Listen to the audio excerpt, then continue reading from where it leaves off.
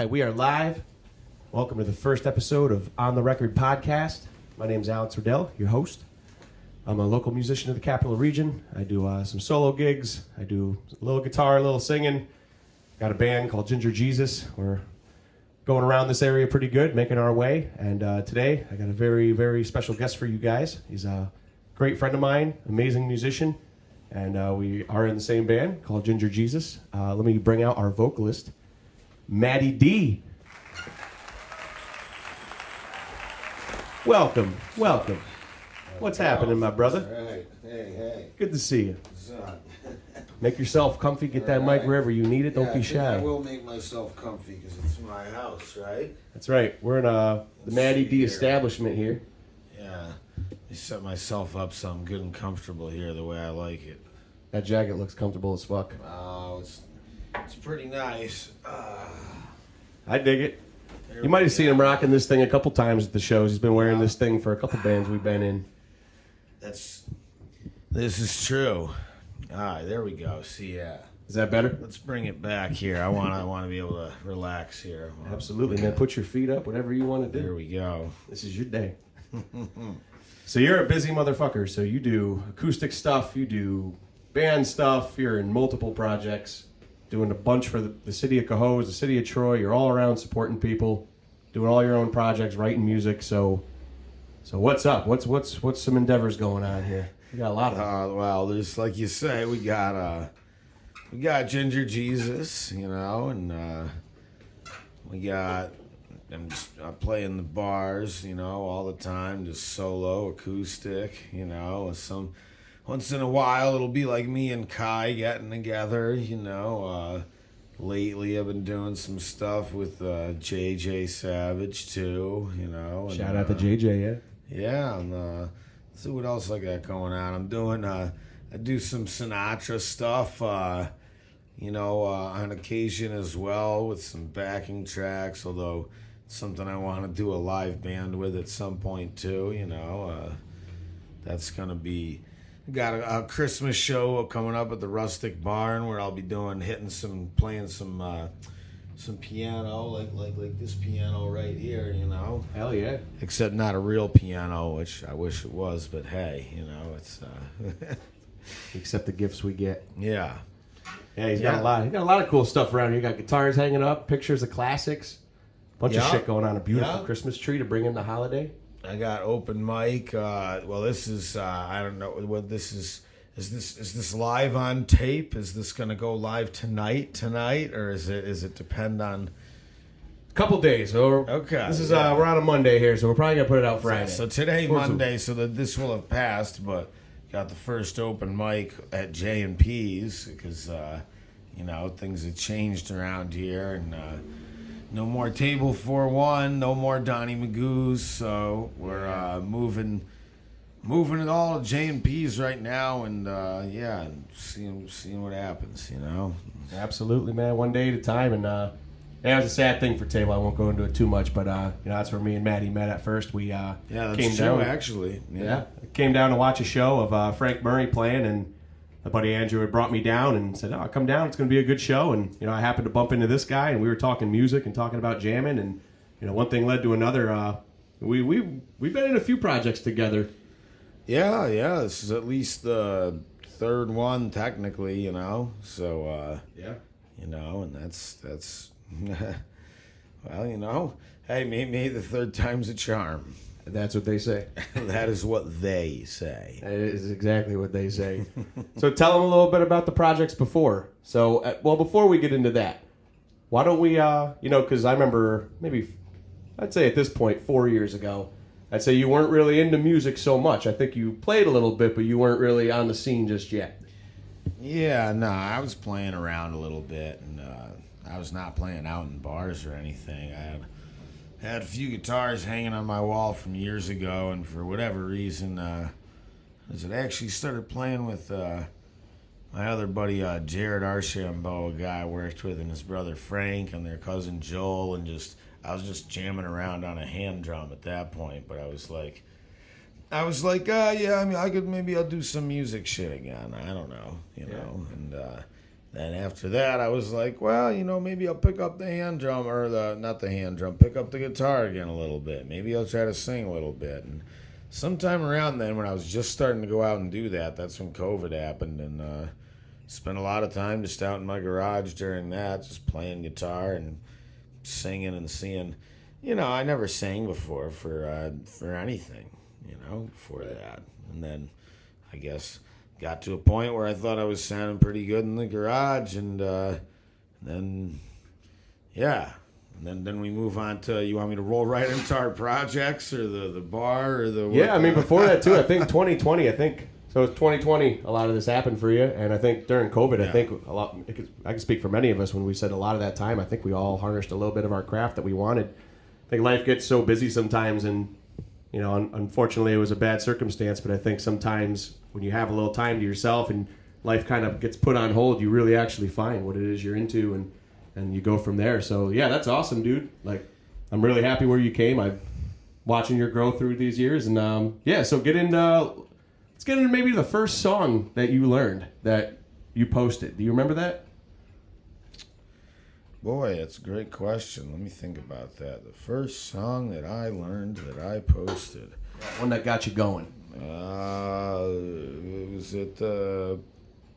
Boy, I don't even... The first one. Like, I don't even know if I don't think I do know what it is. I don't think I got a clue. It's something I never think about either. It's... Oh, okay, because I'm like, and like, I was going to say, do you know? Is this a... Renegades by Ex-Ambassadors was the first one I actually got through, and I was like, okay. Maybe I could do this. I don't know. Yeah, no, in terms of posting it something online or on YouTube or whatever, yeah, I'm not sure. I have no idea. There was a whole bunch of them I put out there at different points. Maybe the first one maybe was probably the Bobby Caldwell, What You Won't Do for Love, Oh, yeah. Funny, because then that's a little bit of a different one. I don't know that I'm doing anything that really fits right in with that vein right now out there in the bars other than karaoke, which, I'd prefer to sing and not host. But right. That can be a lot of work. Especially taking care of all the slips that come up. And well, I just don't want to deal with the people. I want to entertain you. So I've tried the karaoke stuff myself, and I think 3 out of 4 times, I think by the end of the night, when I lifted up the mixer or the computer or something, I saw like 2 or 3 tags that I never got to, and I knew people were definitely mad at me for it. There's a lot to keep up with when you're doing that stuff. People are just throwing them left and right, and before you know it, some fall off the bar, or you never know where the hell they go. Yeah, well, there's that too, and then there's the people just... Yeah. It's karaoke, man. It's fucking karaoke. It's a fun mess. That's what it is. Yeah. Oh. So yeah, let's go into some bands you've been in. I know we jammed at first. Was that your first band that we were kind of trying to put together at first? That was my first band in a long time. I played guitar in this little outfit up in college in SUNY Oswego in like 2001, 2002 in Waterbury Hall, Lakeside, and that was we didn't even have a name. We were just like the dorm hall band, and we played around a few times, and that was fun and stuff. But I didn't sing for that band. I just played guitar, and then when everything came back to life here a couple of years ago, then we did our thing, which we what is it? We actually at the time we were calling it Dead Weight. And it was like, and I think it was 2 words, but I noticed recently, bro. I think there's like a band around here called Dead Weight now. I'm pretty sure they're a metal band. Yeah. I seen them on a bill with something else, and I was like, oh, that's funny. I was like, well, missed the thing by a few years on that one there. But I wonder if they actually made it before we did. I wonder that might have been a clash at first. Like, there's probably, it's not a bad name, although it's a funny name when the band breaks up because we're like, oh, it was Dead Weight. We predicted it right, but it did lead us into a lot of shit. Yeah, it did. It definitely did. It gave us some. It gave us some pump. We had a lot of fun. We jammed in my apartment and in a little tiny 2-bedroom in my dinette. It was pretty funny, but we made it work. Yeah, we did. It was good. Yeah, it was not bad. And then the next band, I'll let you introduce that one. That was a fun little year. let's see. Is this, we're talking chapter 11 now? Yeah. Oh, yeah.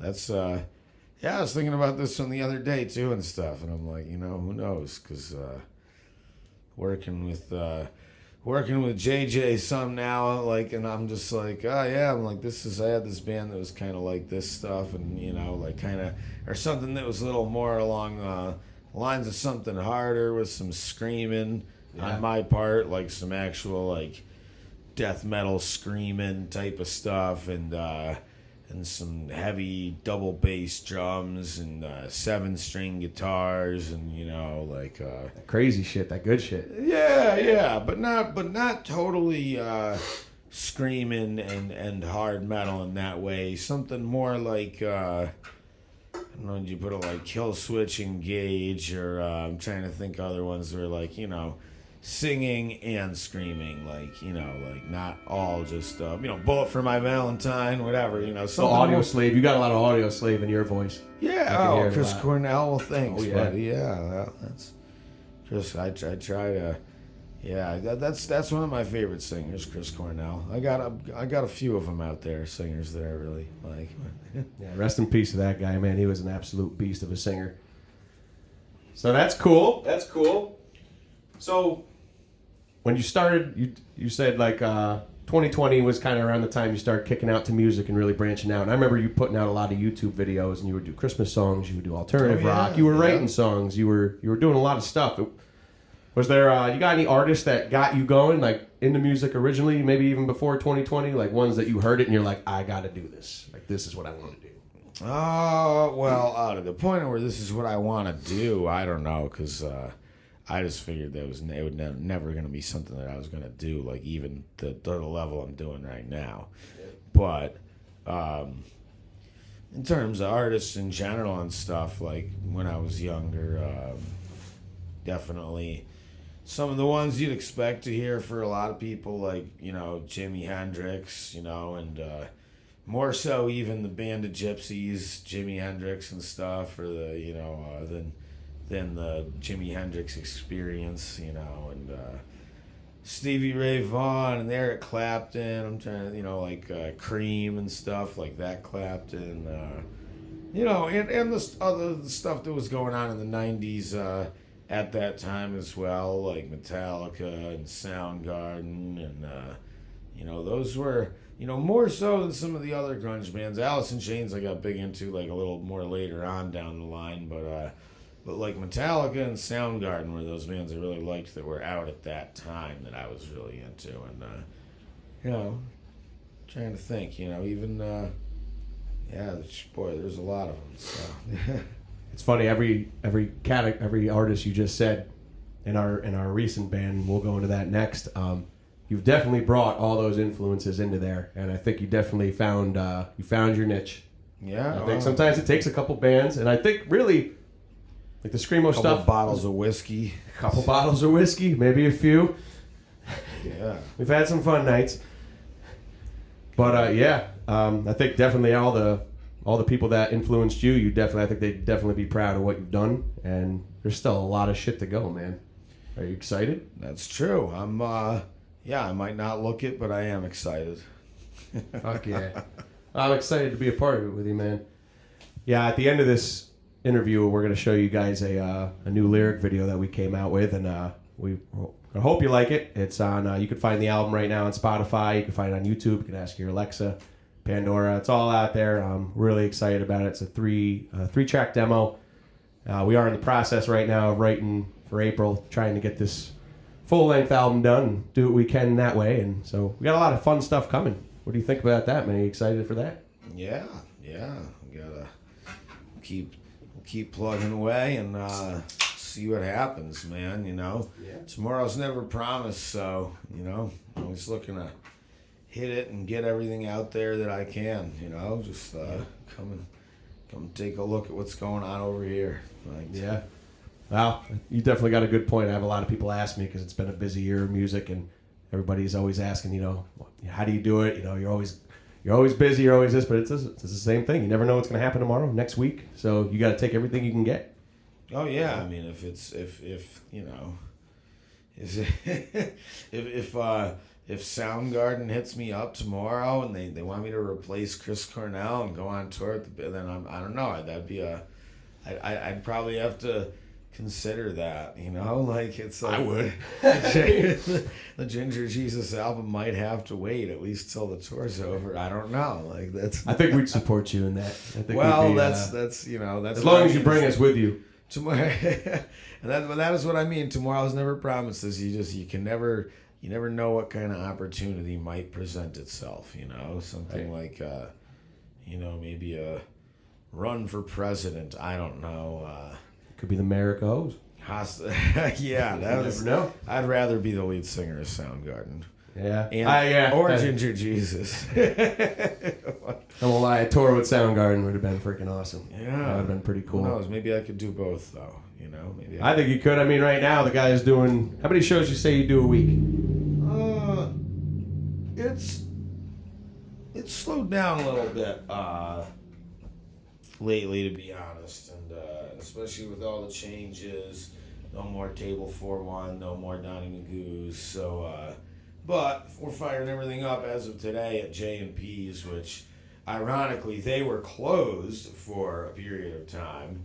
And these places were open, now they closed, and they are opening, and they intended it to be more of an event space. Yep. But it's morphed into something where when I told them the news about Donnie Magoo's, which was a little bit more of a surprise as opposed to Table for One, they were like, well, let's do it all, let's have the place open and let's do it. And I'm like, okay, that's so... And it's right next door to where Donnie Magoo's was, and right next door to Smith's as well. So, Right. So not much more of a walk than they were doing before to get there. No, and theoretically, I'll have although it won't be me a lot of the times. On Mondays, I'll host open mic there. On Wednesdays, we'll have solo acoustic stuff going on there. And Is that like like shows or like open mic? like shows. On Okay, so Wednesday. full acoustic duos and stuff. Yeah, acoustic solos and probably mostly solos, duos if people want to split the money, but can't the budget is what it is, so it's it's up to you to work with it, I guess, and then Friday's karaoke, but that's and karaoke is probably hopefully at least. I haven't hosted it in months, even when Donnie Magoo's was open. It's mostly been Seth Cassell and Deb Zepp stepping in for me, and they're more than happy to. That's another one of these things where as time goes on, some of the stuff like the karaoke's and the open mic hostings, will be passed to other people, and that's a good thing because other people deserve opportunities too, and I'm overwhelmed. and so in a normal week, I have like responsibility for those three gigs, those three events, Monday, Wednesday, and Friday, and usually I'm playing somewhere on Friday and on Saturday as well. So it's kind of like, I have responsibility for three, one of which I normally do, another couple gigs. So it's three. I probably play like 3 gigs, and I'm involved with like 5 or 6, which I varying levels of attachment and this and that too. So. Right. So I remember a flyer you gave me your first year when you were doing a lot of the acoustic stuff going around, and correct me if I'm wrong, but I think this one day you had 3 gigs back to back. It was something in Waterford, I believe, right? You were doing the Canal, Eating the Street, or you had like 2 or 3 that day, I believe. I might have had the 3 the one day. If we're thinking about, let me see here. Maybe it was Mac and Cheese Fest. That is it, yeah. Mac and cheese, then to Waterford. I played the city stage twice. Once at the Canal Square stage in Coes. Once at the stage that was down by Columbia Street at the other end of Remsen Street. Yep. And then I played Donnie Magoo's afterwards, I believe. How late did you stay up that night? Were you able to make it? Or? Oh, I have no idea. That was I was playing Donnie Magoo's by like 5 p.m. or something, like 4 or 5 p.m. I want to say, after playing the city stages. So yeah, I was triple dipping. that day. I don't know that that's something that I would do again. I probably wouldn't, but it's even double back when you do one and one, like one day and then one the next day. How bad your fingers usually hurt? They're stinging, right? Well, my fingers are all right. I'll tell you what, but my voice eventually. There was a while there where with a couple of these places. Let's see. There was a while where I just had something every day, and when you say how many gigs do I have in a week, well, it's really more like, think about it in this way. It's like, let's say it's a week where I'm going to be playing solo on Wednesdays, because I do that about once a month. So, open mic hosting on Monday, band practice on Tuesday, solo gig on Wednesday. Thursday is off. Maybe I'll go to an open mic at the Rustic Barn or the Unihog or Lawrence Street, something like that. Yep.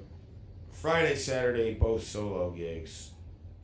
Sunday, we give it up to the Lord. There you go. So that's however many gigs it is. All I know is it's basically 6 straight days of singing every week, and like 1 or 2 of those days is less singing, but most of them are a solid 3-hour batch of singing, you know? Yeah. And that's it's no joke when you're doing it that much and that heavy. Like Yeah. Do you have a way? Do you have a certain thing you do every day to kind of get your throat ready, or do you just walk into it naturally? How do you manage all that? Yeah, I do all sorts of things to help get ready, like drink coffee, smoke cigarettes, drink Jack Fire, sometimes some beer. That's but else I do drink more water. So no like yoga and stretching or like. I drink some water sometimes, and maybe even the occasional tea or something like that as well. But no, there's no special regimen for me. For me, it's just play around with my voice a little bit, maybe on the way to the show, from driving there or whatever, like if I'm on the bus, it's a little more weird, but I'll still do it, but That's gotta be a cool experience, though. So you took the bus from here to like Troy, play a gig, and then take it back. That's pretty cool, man. The Fiddler for that, and other places, and I'm sure there'll be opportunities to do that again, because there's a few good bars that are right where the bus stop is, and there's a bus stop about 300 feet down the street outside in front of my house from here, so it's convenient sometimes. The other night I took the bus home, the 922 from downtown Troy to here in the middle of the night when it was snowing, and it was it's nice to ride the bus in the snow like that. It's fun. And you get special treatment when you get home. I don't know if anybody knows this, and I'm not going to show you the bathroom. But this guy can take a dump before he even gets in his damn house when he gets home, because he's got a shitter right on his porch. Don't tell the secret. I won't tell you what door it is. Don't try, because you might walk into someone's house. There's no toilet paper in there right now. So. Yeah, it's a setup. You want to go in? You better have your own. The TP is locked up, bro. It's under serious guard. Yeah. That's pretty dope. I never met anybody with an outside bathroom on their porch. I think it's pretty badass. It is covered. It's not a urinal or anything. Well, the thing is, when people are over, I used to have more house party type of things before I was a gigging musician. Yep. And I remember some of those, man. It's nice to have a bathroom outside, so when we're doing these parties and stuff, that people don't have to go inside and be tromping all through the friggin' crazy little cockamamie kitchen, which is what it is. And, but that was planned out well. Whoever thought of that, because they put the bar out there, they must have been thinking the same thing. Yeah, those were my plans. Yeah, those used to be good parties. So he's got a bar outside and a little fire pit. And I remember coming over here, and I think he would bring the whole bar back from where he was performing or hosting karaoke, and he'd come back, and there'd just be a big party of people playing bongos and hopping in on guitar and singing and group vocals, and it was a blast. It's happened a few times from the original Magoo's crew that I met over there with Kayla and Pickle and company. Pickle, yeah. And stuff, and to the times with people like Kai and Joey, and I'm trying to think of who else, Adam, and Joe Archambault, like all sorts of people. Yeah, shout out to all those guys, really good musicians. It was always fun working with Kai McClinton. He's going to be on the show eventually as well. Hoping to get him in the full band. Yeah, you guys do duo stuff too, right? You still doing that? Yeah, we do. Well, not as often as we did. It's a rare occasion when we do it now, but we know each other's songs and each other's voices and styles so well that we don't need to practice. We could jump out there anytime and do a 3-hour show and play a whole bunch of songs we both know and can harmonize beautifully on. Guy's easy to work with. And you guys did Rockin' on the River this past season. We did. That was awesome. That was by far the biggest one we've done as a duo. Oh, yeah. We were opening for the Refrigerators. Shout out to the Fridges. The Fridges are awesome. Yeah, absolutely. Liz even sent me a couple pictures of me and Kai playing up there, which was cool. So, Nice. I saw you were passing it to me, but I become Frankenstein, so I'm going to hold off for now. Okay. So this is how it usually goes. I'm usually fine and very talkative, and then I take a hit, and I'm like... Good. Bringing a real level of professionalism into this podcast. I'm trying. That's a shock and a surprise. I'll do like my art. At a certain time, though, now that I'm getting older, I have to pick my times that I do it, because then it can either ruin my day. So now I keep it for like nighttime. You know what I mean? Special occasion. Yeah. So in a minute... Not me, not today. Well, not today. Hey, you're in your own home. You smoke as you'd like. Yeah. Smoke some tree next to the tree. That's double love. Yeah. In a minute here, we're going to have Maddie play an acoustic song. You up for that? Do a song or two for us? Yeah, maybe. I might be able to pull that off. Any songs you thinking of doing that you want to do?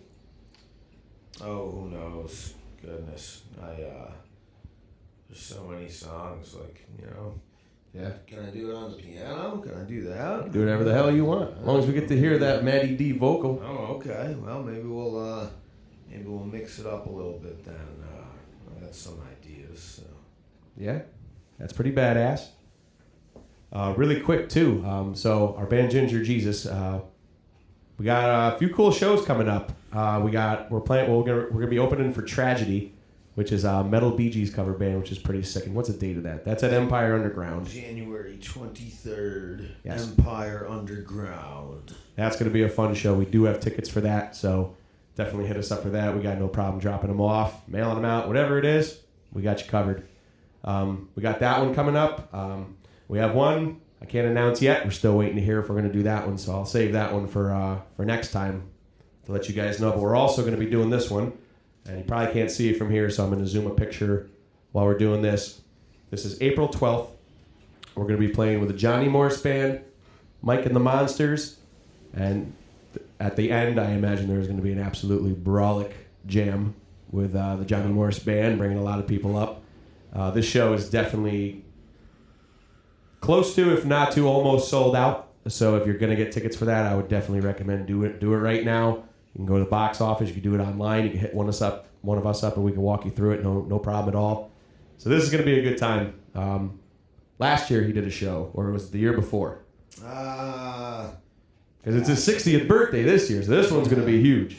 May have been the year before. It's been a minute, and now looking at all the rest of the changes going on, it's the after party's up in the air. So we'll see if maybe we'll have it at J&P's. All I know is Johnny told me he wants free beer for the after party, and I think being that he's Johnny Morris and he'll bring you a lot of business, that you should give him free beer. Yes. I also want free beer because, so. I'll give you all the free beer I can. You guys should too. He's a very hardworking guy, very talented guy. This guy's one of my best friends, so I'm really happy you're the first one on this. I think this is really cool. Do you want to sing us something? You ready? Yeah, sure. All right. You want to grab your guitar, or are you doing piano? Let's, I don't know. Let's figure it out here. Hell yeah.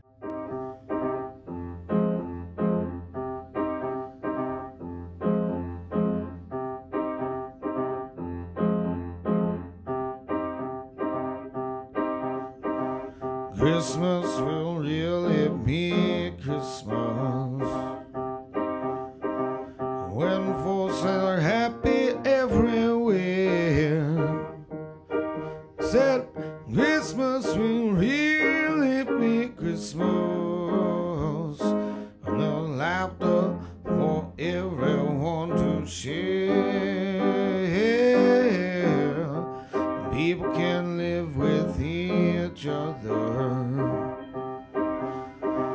when peace on earth has come to stay. I said Christmas will really be Christmas,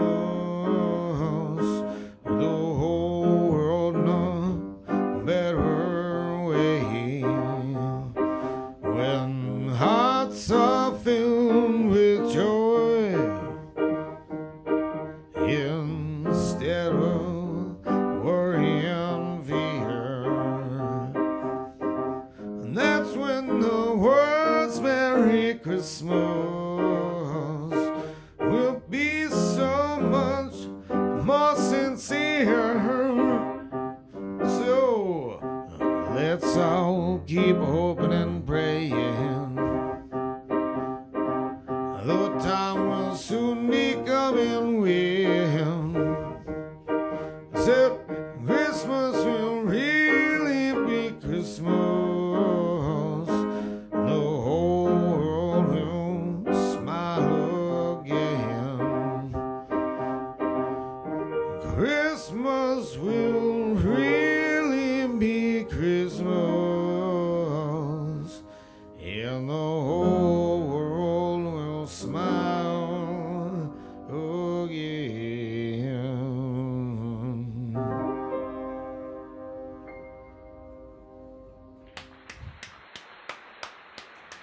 You put the holiday cheer right in my heart.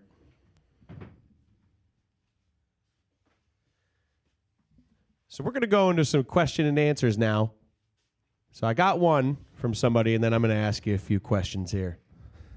You good with that? Oh, your mic. Before I forget.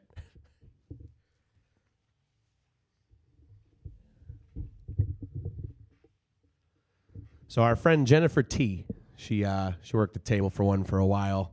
Shout out, Jennifer. We love you. She had a question for you. What was your favorite stage moment? Let's see. Favorite stage moment. Yeah, where you were on stage and everything, like it was the best performance, best vibe, whatever the best was for you that you always think back to. That's a tough one. Let's see. I mean, there's been a few different exciting ones. When it comes to like the best show, like biggest stage or something like that, the Powers Park one was really great. So was the opening for the Fridges with Kai in terms of like, and those are thanks to Vito Ciccarelli for both of those. So Absolutely, and, thank you, Vito. Gosh, biggest stage moment, like straight up, like trying to think. I haven't had anything like too outrageous happen yet, like where I've like fallen off the stage or like broken something or had like rotten fruit smash me in the face, like. When I look back at some of the pictures and stuff, I feel like the Twisted Fiddler when the whole Rockin' on the River got moved inside. That was badass. Geezus, that might be my greatest because like I wore that feather boa, and there was at the end of our set, there was just like feathers all over the stage. It looked like a friggin' duck got hit by a baseball or something. There's just feathers everywhere, and it's like I remember that. Yeah. So that was that maybe. And I look back at the pictures, and the shirt I had didn't even have any buttons, so it couldn't be buttoned, and I had a feather boa, and the feathers ended up everywhere, and that was a pretty good one. So you really left your mark that day. Oh yeah, absolutely. Yeah, you and Austin, our bass player Austin Nicholson, you guys always. Well, no, James is always very well dressed too. He's always He's definitely got the blues feel. You and Austin definitely veer off and have your own style for sure. I'm usually just the same black shirt, blue pants like I'm wearing now. I'm a pretty basic dude, but you guys like to dress up a lot. I can appreciate that shit. Well, I mean, I'll wear whatever I feel like on that day. I got a lot of nice shirts and other things and coats. I got the fur coat. sometimes I wear the fur coat here, you know? Yeah, the boss robe, however you treat it, inside or out, Yeah, you know? Yeah, it is. It's a nice robe. I figured rather than, I could have just worn my bathrobe for this. It's my house. I thought about it. Technically, why not? I did think about it. But You wear it to the grocery store. Who cares? yeah. So a question from me to you. I think this is a pretty cool question. Alive or dead? Who would be one person, maybe a major musician or somebody who has a huge influence on your life and your music scene? Who would you have a beer with? If you could bring them back or somebody alive today?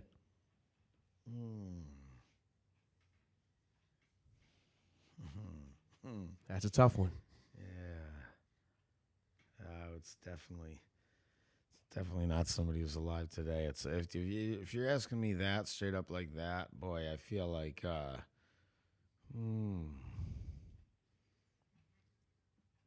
it'd be hard to choose anybody other than Frank Sinatra for me. That's a badass answer. For me, that's what it is. That would be cool. Yeah. That would be cool. Yeah. That'd be pretty awesome to have a beer with that dude. Yeah, that's No shit. All right. well, I mean, he's a saloon singer, the last one of the saloon singers, Yeah. Mine's different. It's Chris Farley. Chris Farley. I think that guy would be a time and a half, man, hanging out with that guy. You're hilarious. With musicians, I guess I'd have to say John Bonham or Stevie Ray Vaughan or Jimmy. I mean, that would be legendary. Or Jim Morrison. So Yeah, you're better than me. I don't think I could pick one. For me, it's just because of my whole, because of the whole way I do kind of. If there's one guy who I can be straight up like a tribute artist to, sometimes it's Sinatra. Yep. Other guys like other bands and stuff like that, I do covers of him, but I don't know like. He's the one person where I know, like, 20, 30 songs, the versions that he does of them, So it's, yeah. You were saying in the beginning you do the Frank Sinatra stuff, and I know, but I know some of these people won't know. You do like a cocktail hour, right? Is that what it is? I've done that in the past. That was a Donnie Magoo's thing, but it's something that it was a me thing. It was a Matty D thing. It was just something I did at Donnie Magoo's. Well, I would do it before the karaoke. I would just sing an hour of just Sinatra. Not just Sinatra, like Bobby Darin, Tony Bennett, Dean Martin, mix it up, Lou Rawls, like the song I did on the piano there, like, all these different crooner types, Yeah. But I would just sing their songs to the karaoke tracks, like the backing tracks. But yeah, it was like after dinner entertainment, like that's why I call it the cocktail hour, because you're waiting for karaoke and it's after dinner. So I'm like, and boy, I had a couple times and I really, really brought the house down in there, and that place was jammed, But it's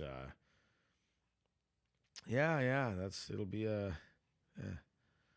That's badass. I find myself listening to Frank Sinatra the other day. It's always one of those, like when you listen to his music, it's one of those, you're at the table, relaxing. It's one of them vibes. So I can see how that would go pretty well on a dinner, for sure. Yeah, and that's the thing where, I'm doing that I've started to book that at nursing homes, various local nursing homes, like during the afternoon, weekday afternoons. And I think I'm going to bring it back to some actual, hopefully in like actual Italian restaurants coming soon, So. Hell yeah. So another question for you. What is your dream venue to play? Anywhere in the world. Dream venue. Ooh, yeah. Let's see. There's a lot. Let's see here. Like you ever heard of like a stage or any place you ever heard of, and you're like, yeah, I want to play that one day.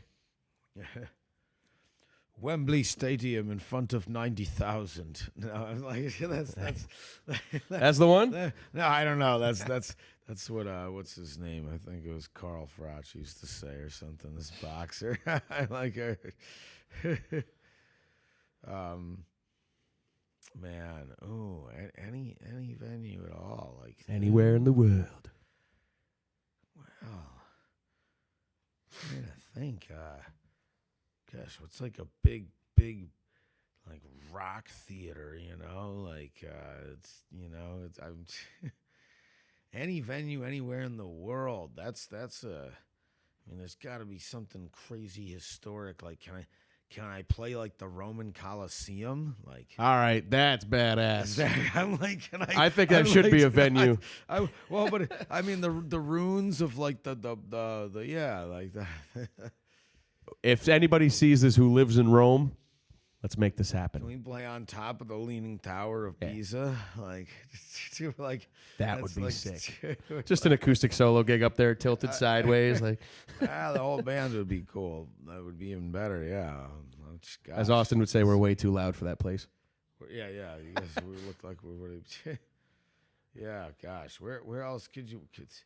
There's so many cool places to play. The Co's Music Hall. The Co's Music Hall. That's where I want to play, and I have a gig scheduled for there. So it's a dream come true. Let's make it fucking happen. Exactly. Yeah. Like one that's sitting on the top of mine. A lot of people say Red Rocks, and I think that would be pretty dope. I was thinking that thought passed my mind, but I've never been there, so I'm like, so I'm like, I shouldn't say that without having been there. But I guess, I guess that's fair. I could say any of that stuff, Yeah. Or Madison Square Garden, that would be dope. There's a place that hides between Lower Manhattan. Oh, it's just Lower Manhattan. It's a place called Pier 17, and it overlooks the Brooklyn Bridge, and you can see Brooklyn, you can see Manhattan. Yeah. It's an absolutely gorgeous venue. You're on top of the rooftop, looking at the water, looking at the buildings, and that's a pretty epic place. That would be my pick, I think. Yeah. But yours is the Rome, the Rome Coliseum. I think that's badass. I like it. Yeah, Roman. I mean, that's that's. I say, like I say, to whatever extent that still exists, I'm like generally referring to ruins over there, whatever the biggest ones are, Oh yeah, there's a lot of them over there. What about so what is it?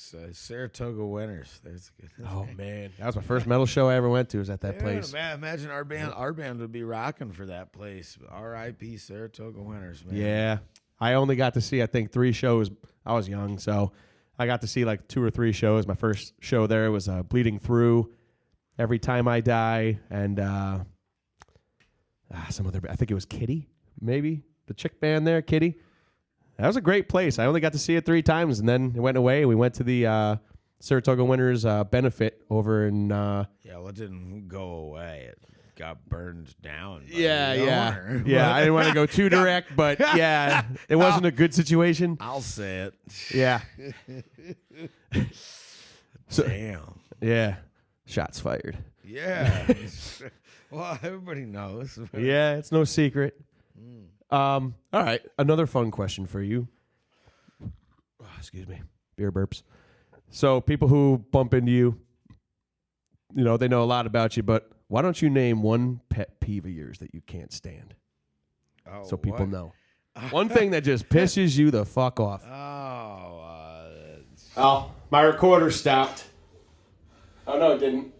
Wait. It's back. Sorry. One more time. So we had technical difficulties twice just now. Yeah. All right. So one more time. Does it zoink out when we stop? It stopped. It goes. So my computer goes to black, and then I go to hit it, and me just smudging my fingers apparently enough to be like, "Oh, your fucking interview's done," but it's not. All right. So one more time. Biggest pet peeve.